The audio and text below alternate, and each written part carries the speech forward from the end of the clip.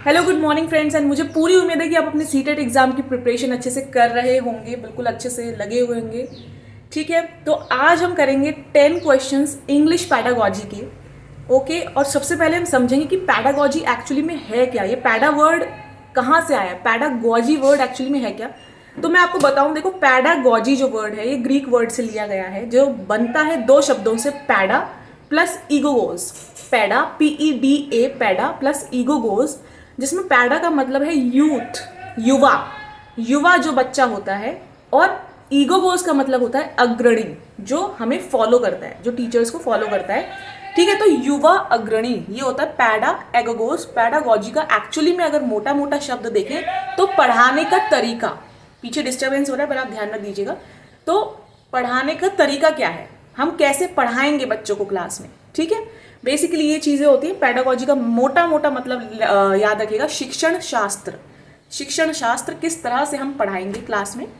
Okay, क्या क्या techniques हम यूज़ करेंगे, क्या क्या तरीके हम यूज़ करेंगे, ये होता है पैडागॉजी का मोटा बिल्कुल अर्थ। ठीक है, तो आप याद रखिएगा। और चलते हैं अब हम क्वेश्चंस की तरफ। तो चलिए अब हम आ गए हैं क्वेश्चंस की तरफ। ठीक है फ्रेंड्स, देखो सबसे अच्छी बात है लैंग्वेज में, जो मुझे लगती है कि 15 नंबर में तो आप पैसेजेस कवर करोगे। ठीक है, जो देखो इंग्लिश के जो ये है, 15 नंबर में आप क्या कवर करने वाले हो, पैसेज। ठीक है, ये सब आपका क्या है, देखो पैसेज इंग्लिश का जो है ये 2019 का सॉल्व पेपर है, तो ये पैसेज आप सॉल्व करोगे। 15 नंबर में आपके पास पैसेज हैं, आप देख रहे हो। ठीक है, तो मैं पैसेज भी आपको सॉल्व कराऊंगी। पहले आज हम पैडागॉजी के कर लेते हैं क्वेश्चंस, तो आपको एक आइडिया हो जाएगा कि पैडागॉजी के क्वेश्चंस किस तरह से आते हैं और किस तरह से हमें करने हैं। देखो सबसे पहले यहाँ से स्टार्ट हो रही है पैडागॉजी 106, 106 नंबर के क्वेश्चन से। In the multilingual classroom learners can interact dash. Multilingual classroom मैंने आपको बताया है, टैग वर्ड्स में भी बताया था, बहुभाषी। ठीक है, बहुभाषी जो क्लासरूम है जिसमें अलग अलग लैंग्वेजेस लर्नर्स बच्चे बोल रहे हैं, तो वो कैसे इंटरेक्ट करेंगे। In the medium of instruction followed by the school, उस मीडियम में, उस लैंग्वेज में जो इंस्ट्रक्शंस स्कूल देता है कि आप इसी में बोलोगे, कि इंग्लिश है तो इंग्लिश ही बोलोगे, चाहे आपकी लैंग्वेज हिंदी क्यों ना हो। या फिर इन देयर ओन लैंग्वेज, जो बच्चों की स्वयं की भाषा है, and can be a mix of words from more than one language, और वो एक भाषा से ज़्यादा लैंग्वेज का मिक्सचर हो सकती है। C only in the language prescribed in 3 language formula, या फिर in the language with which the teacher is familiar, या फिर वो लैंग्वेज जिससे टीचर फैमिलियर है। तो अब आप खुद सोचो, देखो ये कन्फ्यूजिव हो सकता है थोड़ा सा कि 3 लैंग्वेज फॉर्मूला में बोलेंगे या अपनी भाषा में बोलेंगे। तो सबसे पॉजिटिव पैडागॉजी में हमेशा एक चीज़ याद रखना कि सबसे पॉजिटिव जो वर्ड है, सबसे पॉजिटिव जो वर्ड है उसकी तरफ हमें जाना है, जो सबसे पॉजिटिव लाइन है। जब तक नेगेटिव बोला ना गया हो तब तक। देखो ये पैडागॉजी का मैंने यहाँ पे पूरा मीनिंग भी लिख रखा है। ठीक है, तो सबसे पॉजिटिव क्या है, सबसे पॉजिटिव तो हमें यही लग रहा है, बी ऑप्शन, कि अपनी भाषा में बोले बच्चा। जहाँ चाइल्ड सेंटर्डनेस आ जाए पैडागॉजी में, वही आंसर लगाना है, अनटिल एंड अनलेस पूछा ना जाए कि कौन सा नहीं है। ठीक है, तो ये पॉजिटिव है, इस पर हम टिक करेंगे, ये है हमारा ऑप्शन बिल्कुल सही। ठीक है, तो इस वीडियो के थ्रू होगा क्या कि आपके ना 10 क्वेश्चंस कवर अप हो जाएंगे पैडागॉजी के। Question number 107, diagnostic tests are administered to. जो हम डायग्नोस्टिक टेस्ट बच्चों को देते हैं वो क्यों देते हैं, सबसे पहले आपको समझना ज़रूरी है कि ये डायग्नोस्टिक टेस्ट होते क्या हैं। अब देखो हम किसी डॉक्टर के पास जाते हैं तो वो क्या करता है, हमें डायग्नोस करता है ना, हमारे सिम्टम्स पूछता है हमसे, फिर क्या कहाँ गलती है, क्या कमी है, उसके अकॉर्डिंग हमें मेडिसिन देता है। सिमिलरली डायग्नोस्टिक टेस्ट होते हैं, बच्चे को टीचर डायग्नोस करता है कि बच्चे के अंदर क्या कमी है, क्या डेफिशिएंसीज हैं, जिससे कि पता चले कि बच्चे के लिए मुझे इस तरह से प्लान करनी है चीज़ें, इस तरह से उसको रेमेडीज़ देनी है, रेमेडियल क्लासेस देनी है, या उसकी जो इंडिविजुअल नीड्स हैं मुझे उनको इस तरह से केटर करना है। ठीक है, तो ये डायग्नोस्टिक टेस्ट कराया ही इसलिए जाता है। तो आप सारे ऑप्शंस पढ़ लो। Assess the suitability of candidate for a specific program, नहीं, एक स्पेसिफिक प्रोग्राम के लिए तो नहीं है। Option C, test the language proficiency of students from providing them jobs, नहीं। जज द स्टूडेंट्स, जज तो करना ही नहीं है, तो नेगेटिव वर्ड है जज करना। तो सबसे पॉजिटिव, सबसे बढ़िया आंसर है कि हमें बच्चे की कमियों को देखना है, कमियां निकालनी है, उससे पूछताछ करके बेटा तुम्हें कहाँ दिक्कत आती है, फिर उसके अकॉर्डिंग हमें उसको रेमेडीज़ देनी है, उसके अकॉर्डिंग हमें उसको सॉल्यूशन देना है। तो आपका ए ऑप्शन सही है। नेक्स्ट क्वेश्चन आपका है structural approach gives more importance to. Structural approach यानी कि जो हम लिखते हैं इंग्लिश में उसमें जो एक स्ट्रक्चर होता है वो ज़्यादा इंपॉर्टेंस किसको देगा? भाई स्ट्रक्चर की बात हो रही है, स्पीच की तो कहीं बात ही नहीं हो रही, तो स्पीच के तो दोनों ऑप्शंस कट गए। उन्होंने बोलने को नहीं बोला है, कहीं पर भी स्पीच की बात नहीं करी है, स्ट्रक्चर की बात करी है। अब स्ट्रक्चर की बात करिए तो स्पीच नहीं है, रीडिंग नहीं है, रीडिंग नहीं है, स्पीच नहीं है, सिर्फ क्या है? रीडिंग एंड राइटिंग, क्योंकि स्ट्रक्चर की बात हो रही है, स्ट्रक्चरल अप्रोच की तरफ बढ़ेंगे हम। ठीक है, तो रीडिंग और राइटिंग, लिखना, सिर्फ रीडिंग नहीं होगा। ठीक है, स्पीच हमें देनी नहीं, इस वजह से ये ऑप्शन चले गए। ठीक है, तो रीडिंग और राइटिंग दोनों होंगे क्योंकि स्ट्रक्चरल अप्रोच है, इंपॉर्टेंस इन दोनों को ज़्यादा देता है। तो ऑप्शन डी आपका सही है। नेक्स्ट क्वेश्चन आपका है which among the following does not come under meaning based activities. इनमें से कौन सा मीनिंग बेस्ड एक्टिविटी नहीं है? अब देखो आ गया नॉट, तो नेगेटिव वाला हमें सर्च आउट करना है, नहीं है। इंटरेक्टिंग विद द टेक्स्ट, सिर्फ टेक्स्ट पढ़ना। यूजिंग प्रीवियस नॉलेज, अपना प्रीवियस नॉलेज यूज़ करना, ये तो मीनिंग बेस्ड एक्टिविटी है, तो इन्होंने पूछा नहीं है। Reading the text and then narrating the same to peers, reading out every word aloud the end translating it. तो 109 का कौन सा लग रहा है आपको? मुझे तो डी लग रहा है। Reading out every word aloud, हर शब्द को ज़ोर से पढ़ना और उसको ट्रांसलेट करना, इसका तो मीनिंग हमें समझ नहीं आ रहा। टेक्स्ट पढ़ना समझ आता है, अपनी प्रीवियस नॉलेज को यूज़ करना समझ आता है, टेक्स्ट को पढ़ना और फिर नैरेट करना अपने दोस्तों को, वो भी समझ आता है, लेकिन मीनिंग बेस्ड एक्टिविटी के अंडर में नहीं आता है कि हम हर एक शब्द पढ़ें और उसको ट्रांसलेट करें। ठीक है फ्रेंड्स, 110 जो क्वेश्चन है उसको पढ़ लेते हैं। Dash comprehension is the skill of reading. कौन सा कॉम्प्रीहेंशन एक कला है, एक कौशल है रीडिंग का? Of reading a piece of text closely. जब हम एक टेक्स्ट को, जैसे अभी हम ये टेक्स्ट का पीस ही तो पढ़ रहे हैं, होने को तो बहुत सारे टेक्स्ट हैं, लेकिन यहाँ पे हम इस टेक्स्ट के पीस को जब डीपली पढ़ रहे हैं कि हम उसमें से कोई स्पेसिफिक इन्फॉर्मेशन निकाल सकें, तो वो कौन सा कॉम्प्रीहेंशन होता है? इन्फेरेंशियल, ग्लोबल, लोकल या ट्रांजैक्शनल? तो वो कौन सा होता है? लोकल। ठीक है, ये याद रखने वाली चीज़ है, आप लोग याद रखिएगा। 111 it is a type of writing in which the teacher provides the situation and helps the class to prepare it. अब इनमें से बताना है हमें कि एक टाइप ऑफ राइटिंग है जिसमें जो टीचर है वो प्रोवाइड करता है सिचुएशन और बच्चों की मदद करता है कि वो उसे बना सकें, प्रिपेयर कर सकें। The teacher continuously provides feedback, वो फीडबैक भी दे रहा है, डायरेक्शन भी दिखा रहा है और एक्सपेंशन ऑफ आइडियाज़ भी दे रहा है लर्नर्स को।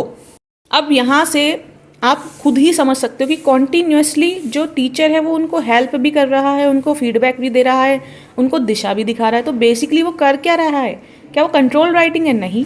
क्या वो फ्री राइटिंग है? नहीं। सिर्फ बच्चे ही नहीं कर रहे, सिर्फ टीचर ने ही कंट्रोल नहीं करवा रखा, ना ही प्रोडक्ट राइटिंग है। वो कौन सी राइटिंग है? गाइडेड राइटिंग, क्योंकि टीचर क्या कर रहा है? गाइड कर रहा है, बच्चों को गाइड कर रहा है। आप देख रहे हो पैडागॉजी में इस तरह के क्वेश्चंस आपको मिलने वाले हैं। ठीक है, तो इंग्लिश में थोड़ा सा आपको ध्यान से चीज़ें पकड़नी पड़ेंगी और काफ़ी सारे क्वेश्चंस जब आप लगाओगे, ठीक है, तो मेरे साथ साथ आपके ये सारे क्वेश्चंस कवर हो जाएंगे। A teacher ask the students of class fifth के स्टूडेंट्स ने एक टीचर ने पूछा to read the text thoroughly, कि सिंपल जो टेक्स्ट है उसको पढ़ो, जैसे अभी आप और मैं पढ़ रहे हैं। Then she asked them to answer the questions with reference to the context. ठीक है, तो कौन सा सही है? अब इसमें से देखते हैं, क्या स्किमिंग करना, स्कैनिंग करना, इंटेंसिव रीडिंग, एक्सटेंसिव रीडिंग। ठीक है, तो आइए अब हम इसको समझेंगे। सबसे पहले आपको पता होना चाहिए क्या पूछा है कि टीचर ने बच्चों से पूछा है कि सिर्फ रीड करना है थरोली। क्या करना है? रीड करना है थरोली। उसने स्किमिंग नहीं पूछा, उसने स्कैनिंग नहीं पूछा। तो आपको स्किमिंग पता होना चाहिए। देखो स्किमिंग का मतलब क्या होता है, जैसे मैंने आपको ये टैग वर्ड्स दिए, तो आपने क्या करा, जल्दी जल्दी बस ऐसे इतनी तेज़ी से आपने नज़र मार ली, उसको कहते हैं स्किमिंग। स्कैनिंग क्या होता है? आपने देखा ध्यान से, अच्छा पियाजे, अच्छा प्रोग्रेसिव क्लासरूम, अच्छा फॉर्मेटिव समेटिव असेसमेंट, आपने आराम से ध्यान से स्कैन किया, इसको बोलते हैं स्कैनिंग। स्किमिंग होता है जल्दी जल्दी जल्दी जल्दी ऐसे बस स्किम कर लिया, कुछ मोटे मोटे शब्द आपके दिमाग में रह गए। तो स्किमिंग या स्कैनिंग में से तो है नहीं।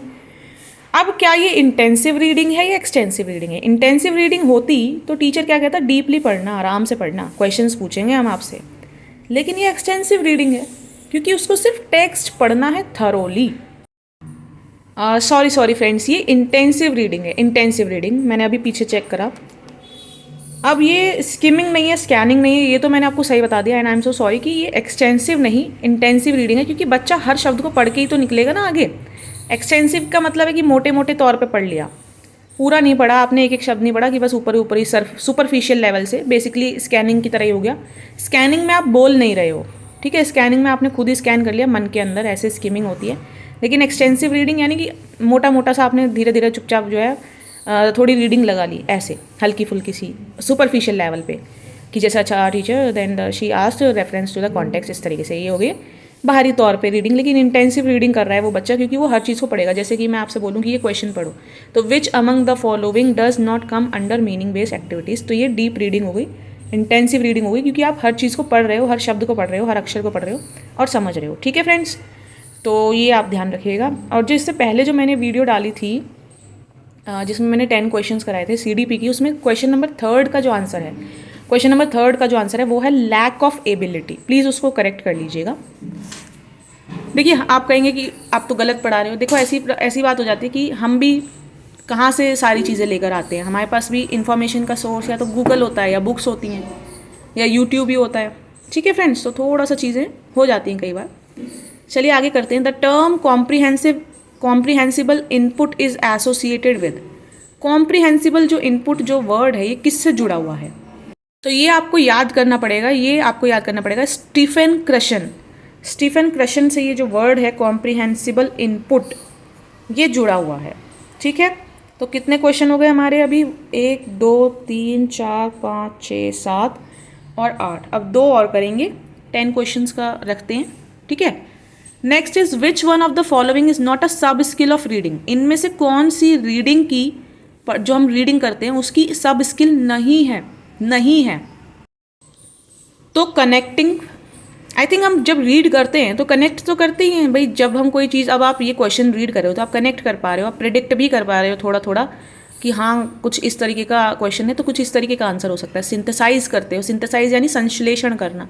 लेकिन हम ट्रांसक्रिप्टिंग नहीं कर रहे, हम ट्रांसक्रिप्ट तो नहीं बना रहे। ठीक है, तो इसका ऑप्शन है डी, ट्रांसक्रिप्टिंग नहीं करते हैं, नॉट अ सब skill of reading. And last question is for today's last question is which one of the following is least important in enhancing speaking skill of children।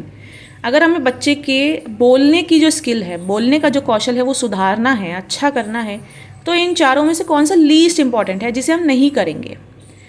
तो option number A, listening patiently to children's talk, बच्चे की बात को बिल्कुल ध्यान से patiently सुनना, ये तो सही है, ये तो हम करेंगे भाई। जब सुनेंगे तभी तो हम उसको समझ पाएंगे, तभी तो उसको बोलने का ज़्यादा से ज़्यादा मौका मिलेगा। Giving them an opportunity to express their feelings and ideas, बिल्कुल सही, कि जब वो अपनी फीलिंग्स और आइडियाज़ को खुल के एक्सप्रेस कर पाएगा तभी उसके बोलने की जो क्षमता है वो ज़्यादा एनहेंस होगी। आस्किंग क्लोज एंडेड क्वेश्चन, जिनका जवाब सिर्फ हाँ या ना में हो, सिर्फ हाँ या ना, ऑब्जेक्टिव क्वेश्चंस पूछना, ये थोड़ा सा गलत लग रहा है। ऑर्गेनाइजिंग डिस्कशंस करोगे तब भी उसको मौका मिलेगा ज़्यादा से ज़्यादा बोलने का। तो हम उसको क्लोज एंडेड क्वेश्चंस नहीं पूछेंगे, क्योंकि उसमें वो सिर्फ हाँ या ना बोल के चुप हो जाएगा, तो उसको ज़्यादा बोलने का मौका नहीं मिलेगा। तो ये आपके आज के इंग्लिश पेडागोजी के 10 क्वेश्चंस हो गए हैं। अब ये आपके लिए होमवर्क है 116, 117, 118, 119। आप वीडियो को पॉज कर करके ये सारे जो 5 क्वेश्चन हैं ये आप सॉल्व करेंगे। और आंसर की मैं आपको दिखा देती हूँ, जिससे कि आप वीडियो को पॉज कर लीजिएगा। यहाँ पे अभी आंसर की मत देखिएगा, फिर अपने आंसर लगाने के बाद आप देखिएगा। देखो 116, 117, 118, 119, 120 के ये आंसर्स हैं, लेकिन आप अभी ना देखें, पहले इसको सॉल्व करें और अपने आंसर्स को चेक करें। Okay friends, bye bye, take care, have a good day.